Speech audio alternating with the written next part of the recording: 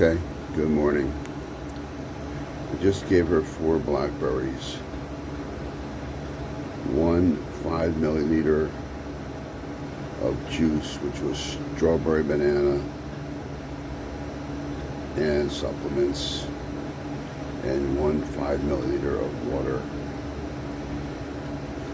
She's actually acting as though she has no control of her muscle structures in her rear legs.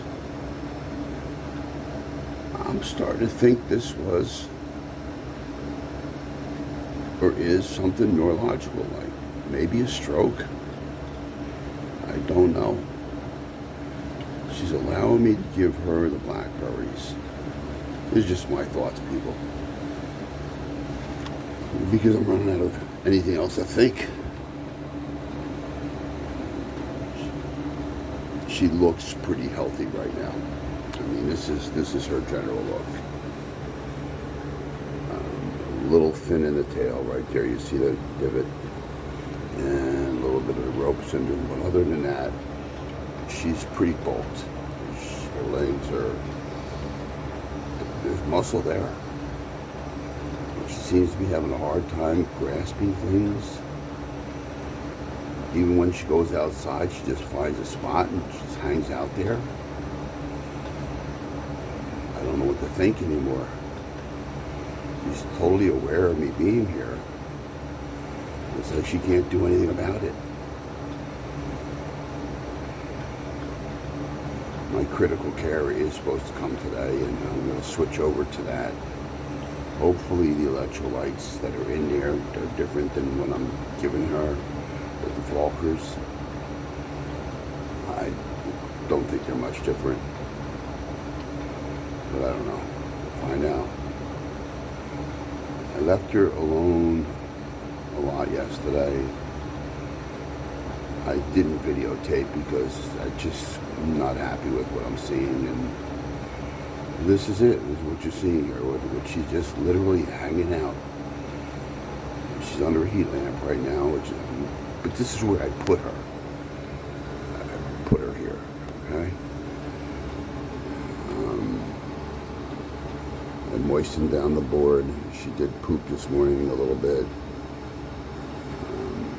Washed it all down, made sure she's clean. So 4 raspberries, 5 milliliters of juice, 5 milliliters of water, and that's all I'm going to give her for right now. I'm not overdoing anything with her.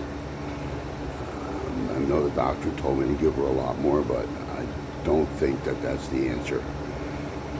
It's like it's too much for her. She can't handle it. So I'm giving her a little bits at a time. I'm going to give her the same thing in a couple, about 4 hours or so. 3 or 4 hours. I'll wait till around noon.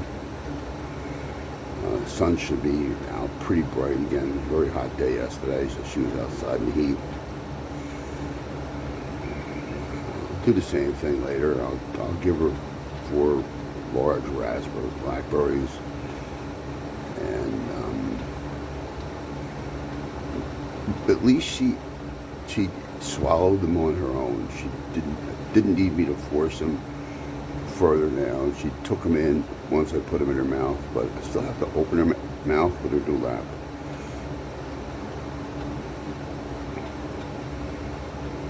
I think she's getting tired of it too, to be honest with you. No, she's not a happy camper. I'm not a happy camper.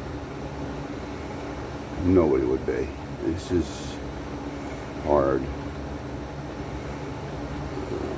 Tomorrow, Monday, I will be making another appointment to take her back to the vet. I think I'm going to insist on blood work, no matter what he says. Even though I don't think that's the issue. Her colors inside her mouth are great. And there's nothing for me to believe that she has any type of infection or anything else like that.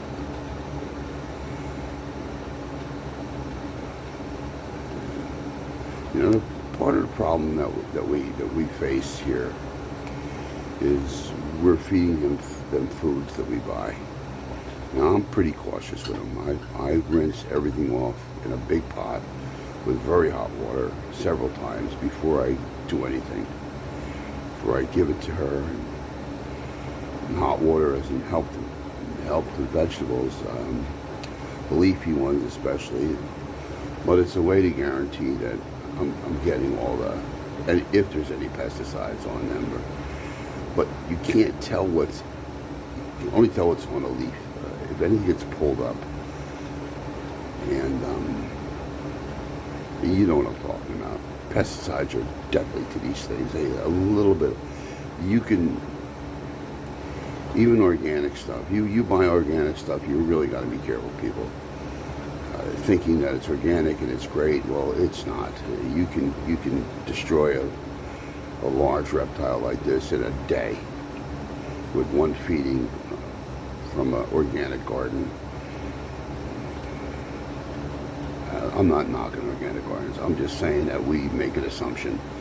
Oh, it's organic, it's great. Well, nothing's great. Anything on these reptiles will destroy them, even if it's organic pesticides per se, even soaps or clay or anything of that nature. You gotta wash your stuff more so than even for us. It's very critical to them. And you can kill one of these things in a heartbeat with one feeding. And if you're lucky, antibiotics and critical care will get it out of their system. You got to flush out of their system. You got to force them to drink more liquids. You got to get it out of their systems. I'm not saying anything. I'm just saying, like, I'm just running all these possibilities through my brain. It's tough.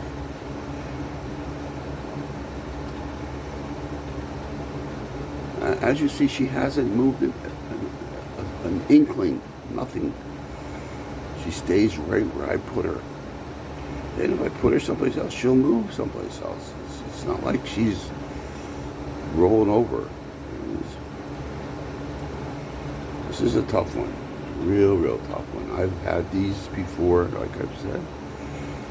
And good feeding, and nutrition, juicing, usually pulls them out of it in a few days. You see a tremendous difference in them, especially after they pass it all through their system a few times, which she has many times, every day.